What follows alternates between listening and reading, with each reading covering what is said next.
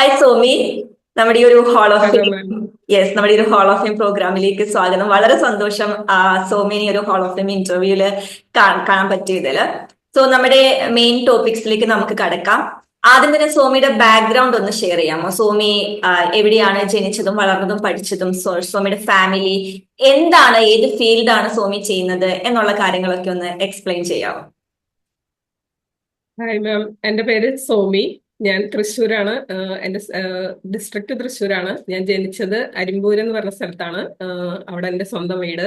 ഞാനിപ്പോൾ ജീവിക്കുന്നത് മുല്ലശ്ശേരി എന്ന് പറയുന്ന സ്ഥലത്താണ്. അത് തന്നെയാണ് എൻ്റെ ഹസ്ബൻഡിന്റെ വീട്. ഞാൻ പഠിച്ചത് അരിമ്പൂര് തന്നെ ഒരു ഗവൺമെന്റ് സ്കൂളിലാണ്. അതിനുശേഷം ഡിഗ്രി ചെയ്തത് ഞാൻ മാത്സിലാണ്. അത് ചെയ്തത് സെന്റ് ലോഷ്യസ് സെൽത്തുരുത്ത് എന്ന് പറഞ്ഞിട്ട് തൃശ്ശൂർ തന്നെയുള്ളൊരു കോളേജിലാണ്. അതിനുശേഷം ഞാൻ മാത്സിൽ നിന്ന് മാറി ഞാൻ കൊമേഴ്സ് ബാക്ക്ഗ്രൗണ്ടിലേക്ക് കുറച്ച് പോയി. കുറച്ച് നാൾ ഞാൻ ICW എന്ന് പറഞ്ഞിട്ട് ഒരു കോഴ്സ് ചെയ്തു. ബട്ട് ആ കോഴ്സ് എനിക്ക് കംപ്ലീറ്റ് ചെയ്യാൻ പറ്റിയില്ല. ഒന്ന് രണ്ട് സ്ഥലത്ത് ഞാൻ അക്കൗണ്ടന്റ് ആയിട്ട് വർക്ക് ചെയ്യുകയും ചെയ്തു, ചെറിയ ഫേമുകളിൽ. അതിനുശേഷമാണ് കല്യാണം കഴിഞ്ഞത്.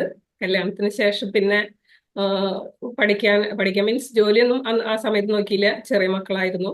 അതിനുശേഷം ഞാൻ PSC എന്നൊരു ആഗ്രഹത്തോടു കൂടി കുറച്ചധികം വർഷം അതിനു വേണ്ടി ഞാൻ സ്പെൻഡ് ചെയ്തു. കുറച്ച് ലിസ്റ്റുകളിലൊക്കെ വന്നു. ബട്ട് ഇതില് എന്താ പറയാ, നമുക്ക് ജോലി കിട്ടാൻ തരത്തിലുള്ള ഒരു ഇതിൽ വന്നില്ല. നല്ലൊരു റാങ്കിൽ എത്തിയില്ല. ഒരു രണ്ട് മൂന്ന് റാങ്കിൽ LDCയുടെ വന്നു.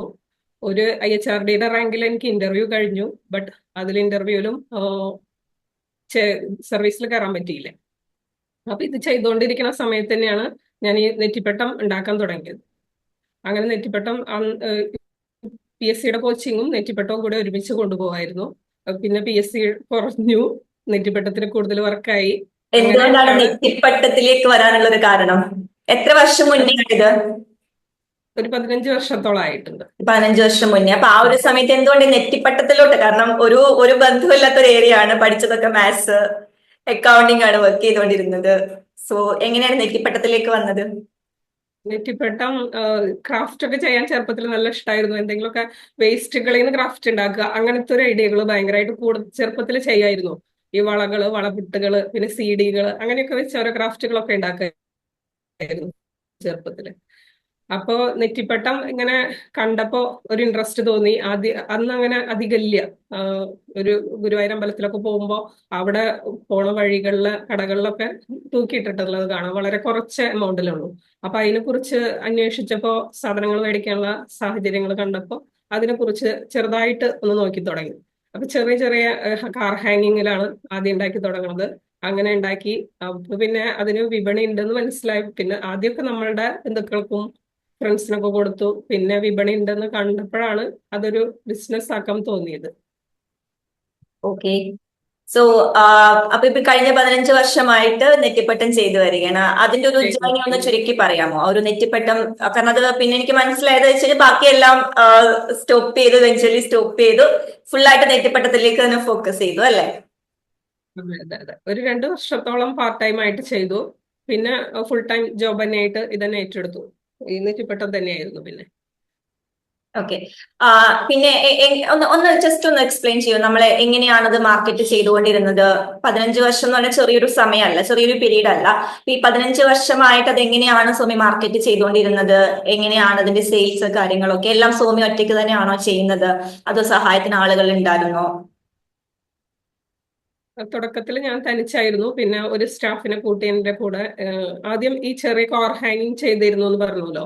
ആ കാർ ഹാങ്ങിങ്ങിന് ഒരു മുകളിലൊരു കൊട കൊട എന്ന് പറയും. ഇനി ഞാൻ പറയുമ്പോൾ അവന് മനസ്സിലാവുമെന്ന് എനിക്കറിയില്ല. അതിന്റെ മുകളിൽ ഹാങ് ചെയ്യണ ഒരു ഐറ്റാണത്. അതിനൊരു വെൽവെറ്റ് ഫിനിഷ് വരാൻ ഒരു മെഷീൻ വേണമായിരുന്നു. അങ്ങനത്തെ ഒരു മെഷീനാണ് ആദ്യമായിട്ട് ഞാൻ വാങ്ങിച്ച ഒരു മെഷീനായിട്ട്. ഈ നെറ്റിപ്പട്ട നിർമ്മാണത്തിന് അധികം മെഷീന്റെ ആവശ്യമില്ല.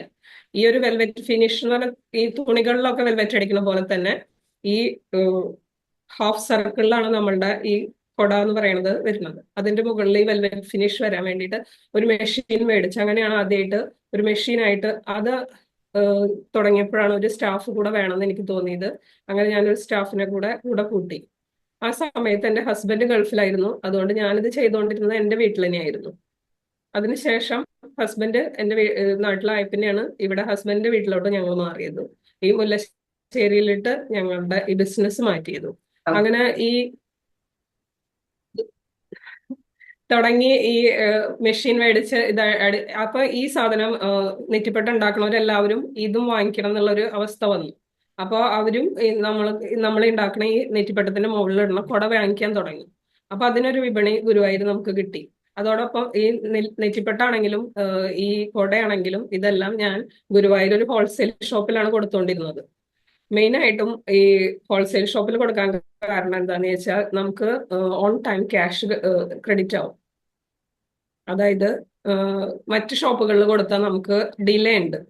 റീറ്റെയിൽ ഷോപ്പുകളിൽ കൊടുക്കുമ്പോൾ പൈസ നമുക്ക് കിട്ടാൻ ബുദ്ധിമുട്ടുണ്ടായിരുന്നു. അതുകൊണ്ട് നമ്മൾ റീറ്റെയിൽ ഷോപ്പുകളിലേക്ക് പോയില്ല, നേരെ ഹോൾസെയിൽ ഷോപ്പിലാണ് അപ്രോച്ച് ചെയ്തത്. അപ്പൊ അവര് അവരുടെ റിക്വയർമെന്റ് അനുസരിച്ച് നമ്മൾ അവർക്ക് തന്നെ ഉണ്ടാക്കി കൊടുക്കുകയായിരുന്നു.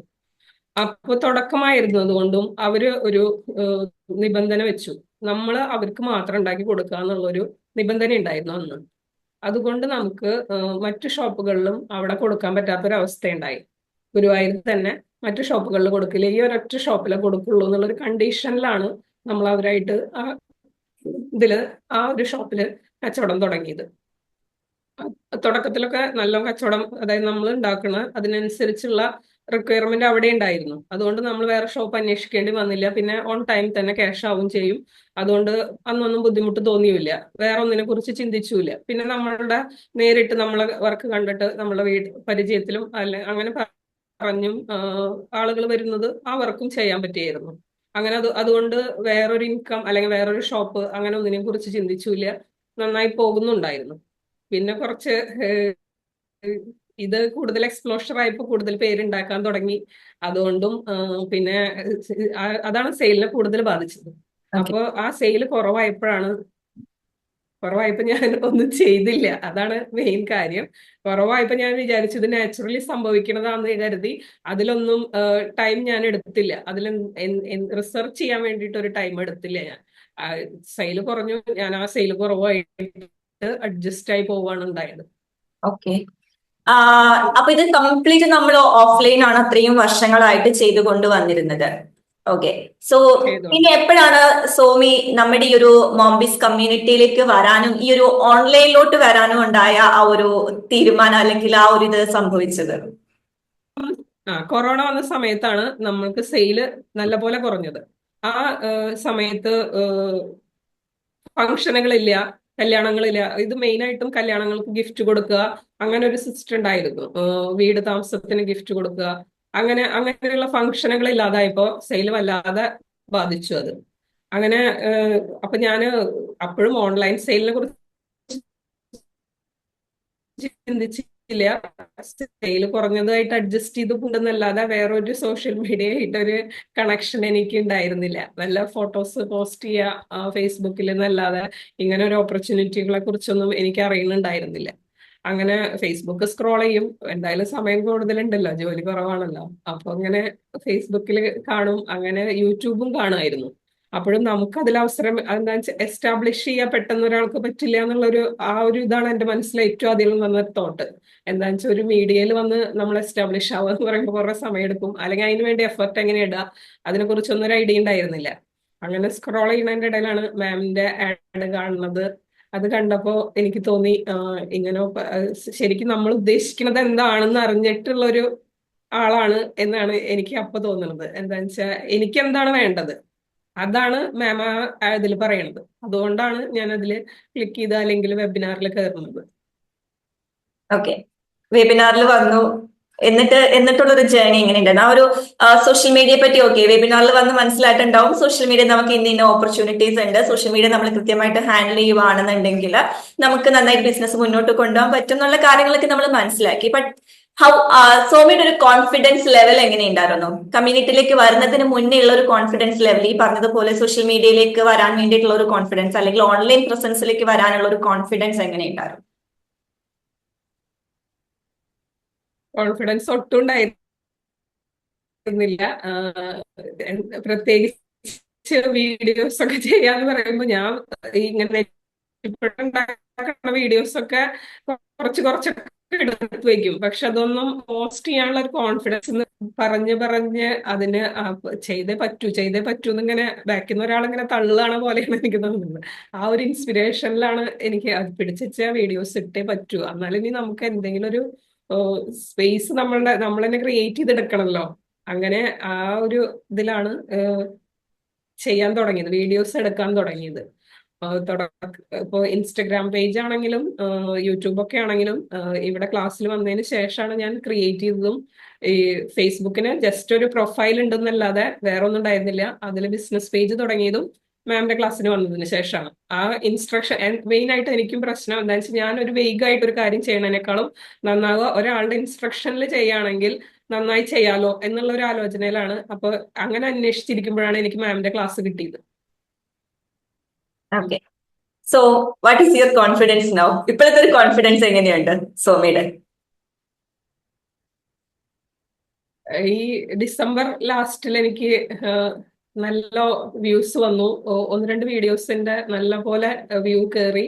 ആ ഒരു വ്യൂസ് എന്ന് പറയുന്നത് ഭയങ്കര കോൺഫിഡൻസ് ആണ് എനിക്ക് തന്നത്. എനിക്ക് അതിലും തോന്നുന്നു മുന്നേ 100K വ്യൂസ് വന്നു അല്ലെ വീഡിയോസിന്? അതെ അതെ അതെ. 100K ആ ഒരു വീഡിയോ നല്ല വ്യൂസ് വന്നോടുകൂടി ആ വീഡിയോവിനനുസരിച്ച് അതിന് മുന്നുള്ള വീഡിയോസിന്റെയും വ്യൂസ് കൂടി. ഇത് ആഡ് ചെയ്തതിന് ശേഷമാണ് എനിക്ക് ഉണ്ടായത്. ഞാനൊരു അവയർനെസ് ആഡ് ചെയ്തു മാം പറഞ്ഞിട്ട്. അതായത് ചെയ്തതിന് ശേഷമാണ് പരസ്യം മുടക്കി അഡ്വർടൈസ്മെന്റ് ചെയ്തു. ആ ചെയ്തതിന് ശേഷമാണ് എന്റെ ഈ ഒരു വീഡിയോ ആണെങ്കിലും കൂടുതൽ വ്യൂസ് വന്നിട്ടുള്ളത്. അതുവരെ 100 വ്യൂസ് ഒക്കെ ആവാൻ ഇൻസ്റ്റഗ്രാമിൽ തീരെ വ്യൂസ് ഉണ്ടായിരുന്നില്ല. പിന്നെയും യൂട്യൂബിലാണ് ഒരു 600 അങ്ങനെ ഒരു റേഞ്ചിൽ വ്യൂസ് ഉണ്ടാവാറ്. ഇൻസ്റ്റഗ്രാമിൽ വളരെ വ്യൂസ് കുറവായിരുന്നു. ഈ ഒരു ആഡിലൂടെയാണ് ഇൻസ്റ്റഗ്രാമിൽ വ്യൂസ് കൂടിയതും അതിനനുസരിച്ച് ഫോളോവേഴ്സും ആ ഒരു വീഡിയോ കൂടെ കൂടിയിട്ടുണ്ട്. ഓക്കെ. സോ എങ്ങനെയുണ്ട് സോമി തന്നെ സോമിയുടെ ഒരു പ്രോഗ്രസ് നോക്കി കാണുവാണെങ്കിൽ? ഇപ്പൊ സോമി പറഞ്ഞു സോമിക്ക് തീരെ ഓൺലൈൻ പ്രസൻസ് ഇല്ലായിരുന്നു, ഫേസ്ബുക്കിൽ ഒരു അക്കൗണ്ട് മാത്രമേ ഉണ്ടായിരുന്നുള്ളൂ, പ്രത്യേകിച്ച് ഒന്നും ചെയ്യുന്നില്ല, യൂട്യൂബിലൊന്നും ചെയ്യുന്നില്ലായിരുന്നു, ഇൻസ്റ്റഗ്രാം പ്രൊഫൈലേ ഉണ്ടായിരുന്നില്ല. സോ ഒക്കെ ഇപ്പൊ സോമി എനിക്ക് തോന്നുന്ന ഒരു 10-11 മാസം കൊണ്ട് സോമിയായിട്ട് ക്രിയേറ്റ് ചെയ്ത് എടുത്തിട്ടുള്ള കാര്യങ്ങളാണ് ഈ പറഞ്ഞ കാര്യങ്ങളെല്ലാം, ശരിയല്ലേ? വീഡിയോസ് ഷൂട്ട് ചെയ്യാൻ വേണ്ടി തുടങ്ങി. എനിക്ക് നല്ല ഓർമ്മയുണ്ട്, ആദ്യമൊക്കെ വീഡിയോ ഇടാൻ പറയുമ്പോഴത്തേക്കും എനിക്ക് ഫോണില്ല, എന്റെ ഫോണിൽ എടുത്ത ക്ലാരിറ്റി ഇല്ല, കൊള്ളില്ല എന്നൊക്കെ പറഞ്ഞ് തീരെ ഏറ്റവും ബാക്കിലേക്ക് മാറി നിന്ന ഒരാളാണ് സോമി. ബാക്കി എല്ലാവരും കമ്മ്യൂണിറ്റിയിൽ വീഡിയോസ് ഒക്കെ സ്റ്റാർട്ട് ചെയ്ത് വന്നപ്പോഴും സോമിയുടെ ഒരു ഓൺലൈൻ പ്രസൻസ് ബട്ട് സ്റ്റിൽ ഉണ്ടായിരുന്നില്ല. എപ്പോഴെങ്കിലും വന്നൊന്ന് ചെയ്തിട്ട് പോകും, കൺസിസ്റ്റൻസിയിൽ ചെയ്യുന്നുണ്ടായിരുന്നില്ല. പക്ഷെ അതിനൊക്കെ ഓവർകം ചെയ്ത് ഈ പറഞ്ഞതുപോലെ എനിക്ക് അറിയാം 2024 ലാസ്റ്റ് ആയപ്പോഴത്തേക്കും നല്ലപോലെ കൺസിസ്റ്റന്റ് ആയി, കാര്യങ്ങളെല്ലാം നല്ല അടുക്കും ചിട്ടോടും കൂടി തന്നെ ചെയ്യാൻ വേണ്ടി തുടങ്ങി. ഈ പറഞ്ഞതുപോലെ റെഗുലർ ആയിട്ട് വീഡിയോസ് ഇടാൻ തുടങ്ങി, വ്യൂസ് നന്നായിട്ട് വരാൻ തുടങ്ങി. ഈ ഒരു പ്രോഗ്രസിനെ സോമി എങ്ങനെ നോക്കിക്കാണുന്നത്? കാരണം ഞാൻ ചോദിക്കാൻ കാരണം ഒത്തിരി പേര് ഇപ്പൊ നമുക്ക് നോക്കിക്കഴിഞ്ഞാൽ അറിയാൻ പറ്റും, ഒരുപാട് സംരംഭകര്, പ്രത്യേകിച്ചും സ്ത്രീകളായിട്ടുള്ള അമ്മമാരായിട്ടുള്ള സംരംഭകര് സോഷ്യൽ മീഡിയ എന്ന് പറയുമ്പോഴത്തേക്കും ഒരു സ്റ്റെപ്പ് ബാക്കിലേക്ക് നിൽക്കുന്നത്, പ്രത്യേകിച്ചും ഒരു 40+ ഉള്ള ആൾക്കാർ.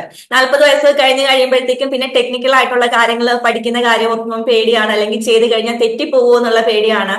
അപ്പം അവരൊക്കെ ശരിക്കും പറഞ്ഞാൽ ഇപ്പൊ സോമിയുടെ ഒരു ഇന്റർവ്യൂ കാണുമ്പോൾ അവരും ചിലപ്പോൾ ഇതേ ഫീലിങ്സ് അവർക്ക് ഉണ്ടാവും. പല കാര്യങ്ങളും അവരും ഇതേ സിറ്റുവേഷനിൽ കൂടി ആയിരിക്കും കടന്നു പോകുന്നത്. സോ സോമി അതിന് വേണ്ടിയിട്ട് ചെയ്ത കാര്യങ്ങൾ എന്തൊക്കെയാണ്? അതേപോലെ തന്നെ നമ്മുടെ ഇവിടെ നിന്ന് ഒരു സപ്പോർട്ട്, ഈ കമ്മ്യൂണിറ്റിയിലെ ക്ലാസ്സസ്, നമ്മുടെ വീക്ക്ലി മീറ്റിംഗ്സ്, ഇപ്പൊ ലാസ്റ്റ് നമ്മളൊരു ഹാക്കത്തോൺ ചെയ്യുന്നുണ്ടായിരുന്നു, ലൈവ് ഇംപ്ലിമെന്റേഷൻ, അതൊക്കെ സോമിയെ എത്രത്തോളം ഹെൽപ്പ് ചെയ്തിട്ടുണ്ട് മുന്നോട്ടുള്ള ഒരു ജേർണിയിൽ? കോൺഫിഡൻസ് എന്ന് പറയാ, മാമൻ ഒരു ക്ലാസ്സിൽ നമ്മളെ കൊണ്ട് ഒരു അസൈൻമെന്റ് ചെയ്യിച്ചിരുന്നു, ഒരു സ്ലൈഡ് ഷോ പ്രസന്റേഷൻ. ഒരു പ്രസന്റേഷൻ ചെയ്യാൻ പറഞ്ഞിരുന്നു. പ്രസന്റേഷൻ അപ്പോഴാണ് ഞാൻ അതിനെക്കുറിച്ച് എനിക്ക് ഒരു ഐഡിയ ഉണ്ടായിരുന്നില്ല. മാം തന്ന ഗൈഡൻസ് വെച്ച് മാത്രം ഞാൻ ചെയ്തൊരു പ്രസന്റേഷൻ ആയിരുന്നു. ആ പ്രസന്റേഷൻ ചെയ്തപ്പോ മാം എൻ്റെ അടുത്ത് ആദ്യം പറഞ്ഞത് സോമി കെട്ടിപ്പിടിച്ചൊരു ഉമ്മ എന്നാ പറഞ്ഞത്. അത് എനിക്ക് തന്ന കോൺഫിഡൻസ് എന്ന് പറഞ്ഞാൽ ചില്ലറയില്ല. അങ്ങനെ എന്താ വെച്ചാൽ ഞാൻ ചെയ്തത് ഒരുപാട് നന്നായി, ഒട്ടും നന്നായിന്ന് എനിക്ക് തോന്നിയിട്ടില്ല. ഒരുപാട് കുറ്റങ്ങളും കുറവുകളും ഒക്കെ ഉണ്ടെങ്കിലും മാം പറയാണ് സോമി ആ ചെയ്ത് എനിക്ക് ഭയങ്കരമായിട്ട് സ്ട്രൈക്ക് ചെയ്തു. ആ, അങ്ങനെ ഓരോ സ്റ്റെപ്പിലും അങ്ങനെ എന്താന്ന് വെച്ചാൽ നമ്മളെ എത്ര താഴ്ത്താണ് ഞങ്ങൾ നിൽക്കണമെന്ന് വെച്ചാൽ അവിടെ നിന്നാണ് മാം ഞങ്ങളെ പിടിച്ചു പൊക്കി കൊണ്ടുവരുന്നത്. ആ ഒരു ഇതാണ്, ആ ഒരു സപ്പോർട്ടിലാണ് ഞങ്ങൾ ഈ ഉയർന്നു വരുന്നതെന്നാണ് എൻ്റെ ഒരു വിശ്വാസം.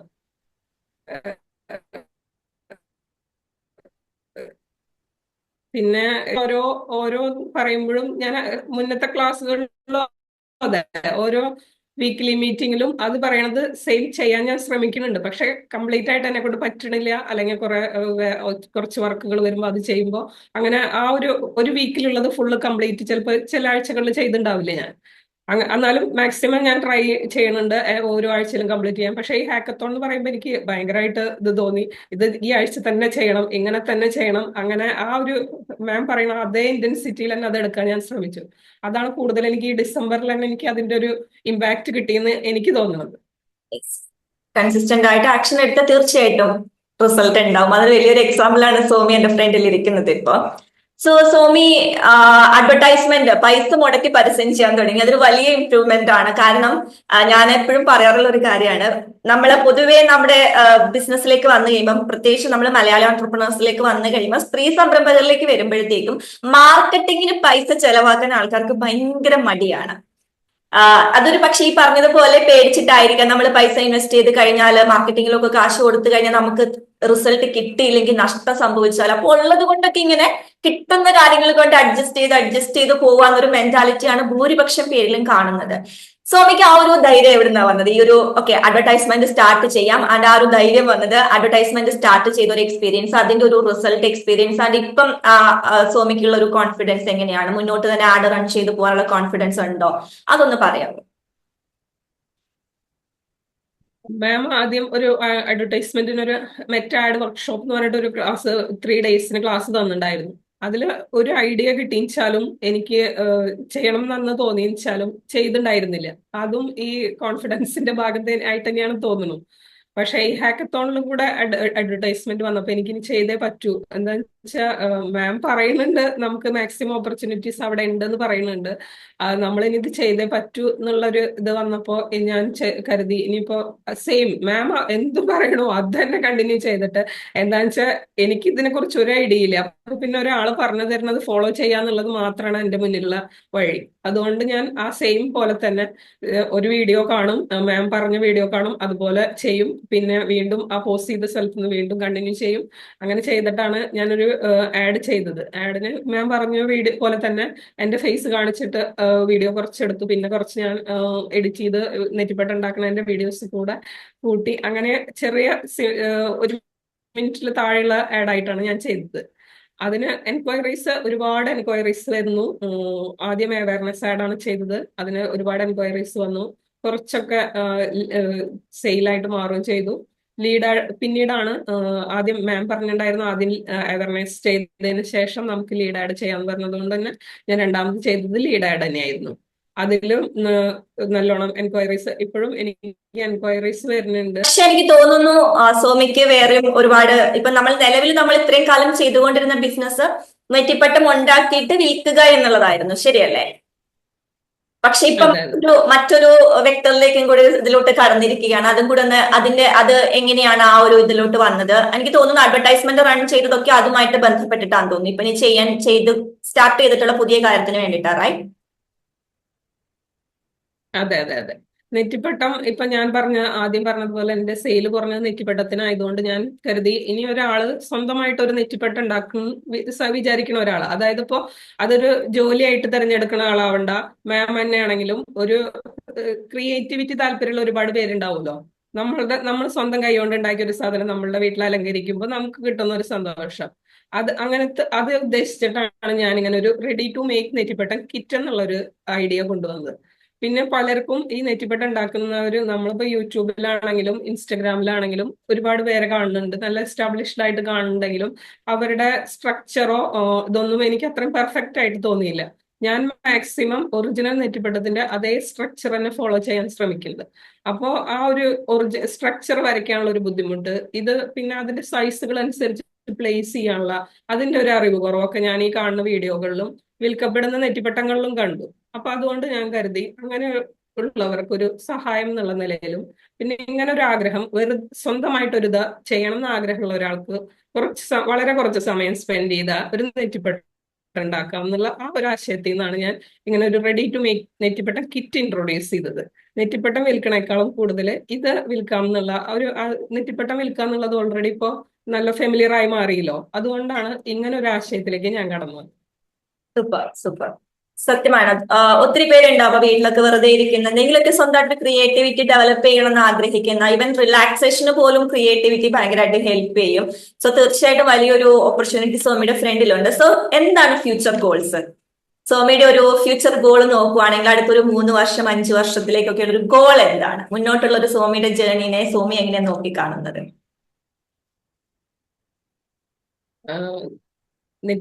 നെറ്റിപ്പട്ടം എന്ന് പറയുന്നത് എനിക്ക് ജീവവായിയാണ്. അതെന്നെ കണ്ടിന്യൂ ചെയ്തുകൊണ്ടിരിക്കും. പക്ഷെ അതിന്റെ കൂടെയും ഞാൻ ഒരുപാട് ഓപ്പർച്യൂണിറ്റീസ് കാണുന്നുണ്ട് ഈ ഓൺലൈൻ സെയിൽ മേഖലയിൽ.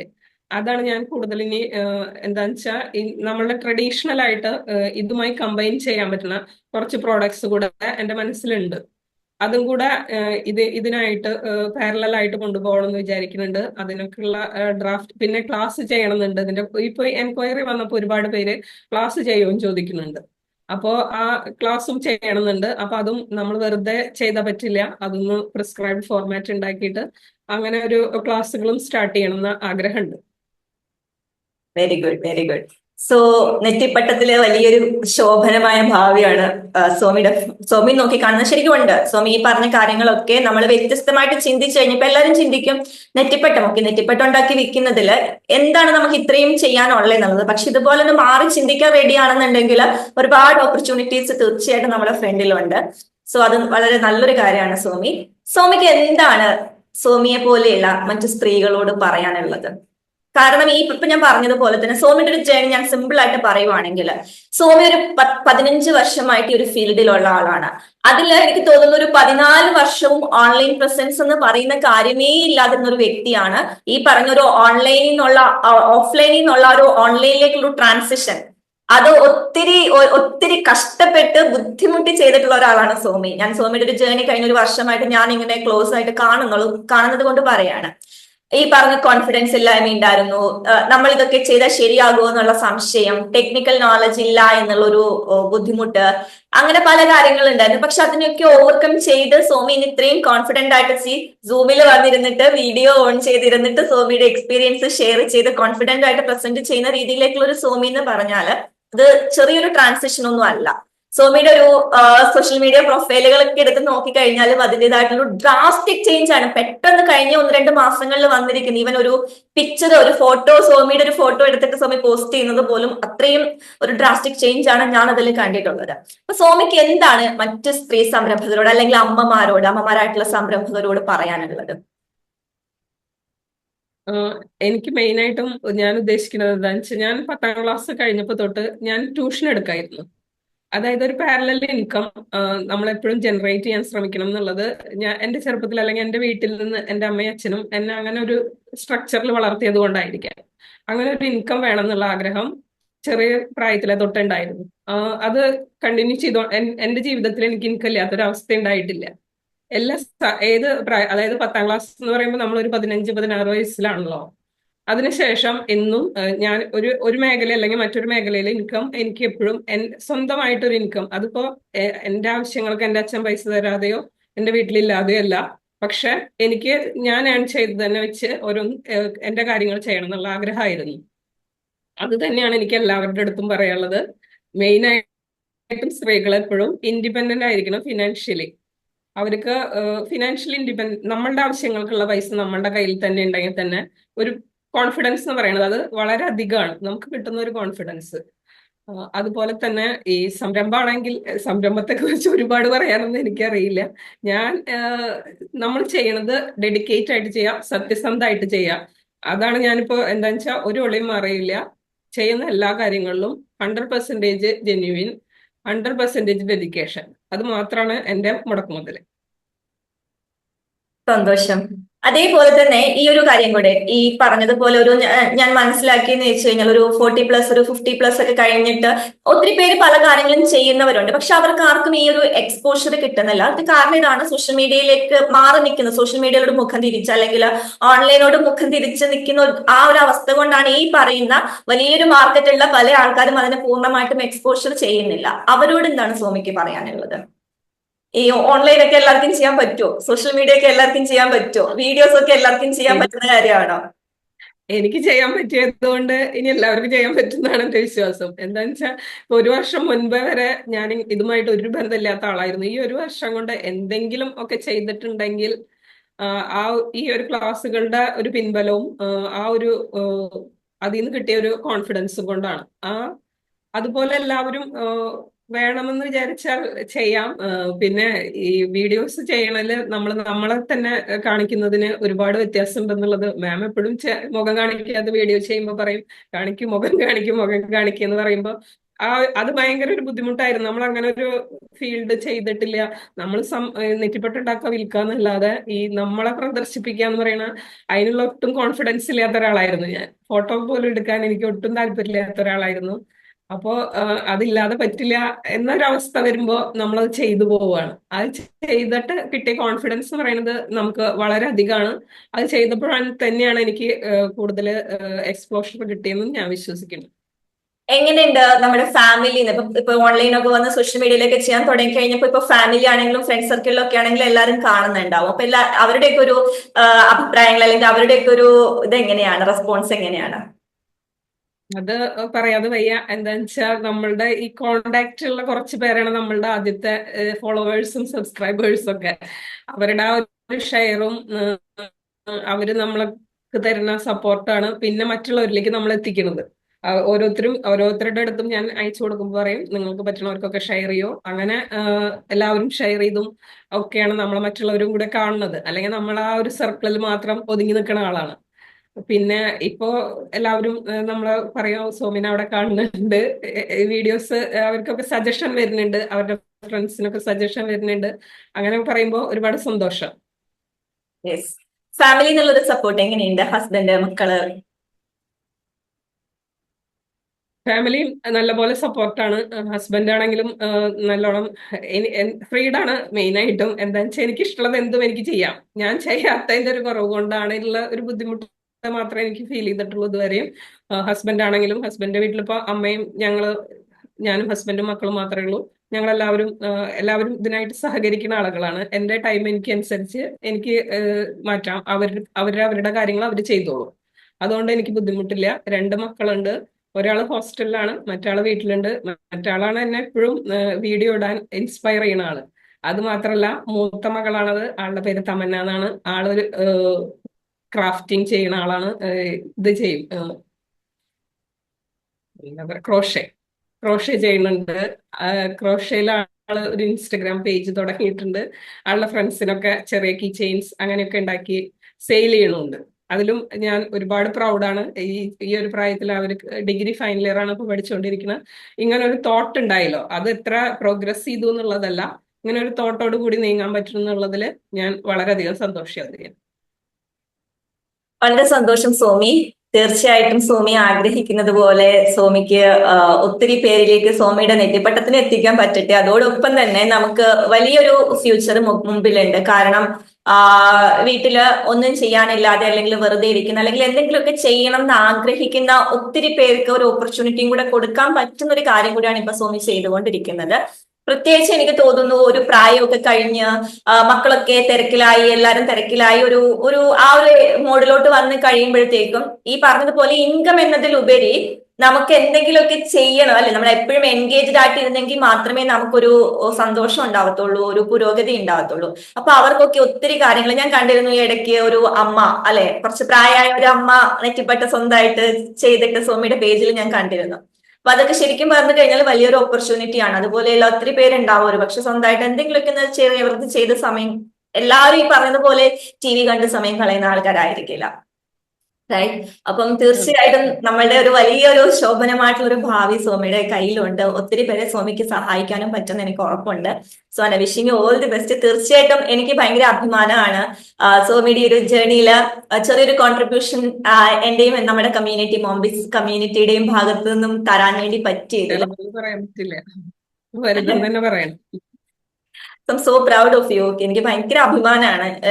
ഞാൻ എപ്പോഴും നമ്മള് സോമിയൊക്കെ ചെയ്ത് കാണുമ്പോഴത്തെ എന്റെ ഒരു പ്രൗഡ് മൊമെന്റ് എനിക്ക് എന്റെ ഫീലിങ്സ് എനിക്ക് തന്നെ പറഞ്ഞറിയിക്കാൻ പറ്റില്ല. കാരണം അത്രയും ബാക്കിലേക്ക് നിന്ന് ഒരാളൊക്കെ പെട്ടെന്ന് വന്നിട്ട് ആക്ഷൻ എടുത്തിട്ട് അതിലൊക്കെ റിസൾട്ട് കിട്ടുന്ന കാണുമ്പോൾ I'm really proud. Okay, so thank you so much Somi. സോമിയുടെ ഒരു എക്സ്പീരിയൻസ് ഷെയർ ചെയ്തതിനും എനിക്കറിയാം, ഉറപ്പുണ്ട് ഒരുപാട് സ്ത്രീകൾക്ക് ഒരു വലിയ പ്രചോദനമാവാൻ, തീർച്ചയായിട്ടും ഇൻസ്പിറേഷൻ ആവാൻ സോമിനെ കൊണ്ട് സാധിക്കും. ഇനിയും ഇനിയും ഇനിയും ഒത്തിരി പേരുടെ ലൈഫിൽ ചേഞ്ചസ് കൊണ്ടുവരാൻ സാധിക്കട്ടെ എന്ന് ആത്മാർത്ഥമായിട്ട് ആശംസിക്കുന്നു, പ്രാർത്ഥിക്കുന്നു. Thank you so much dear.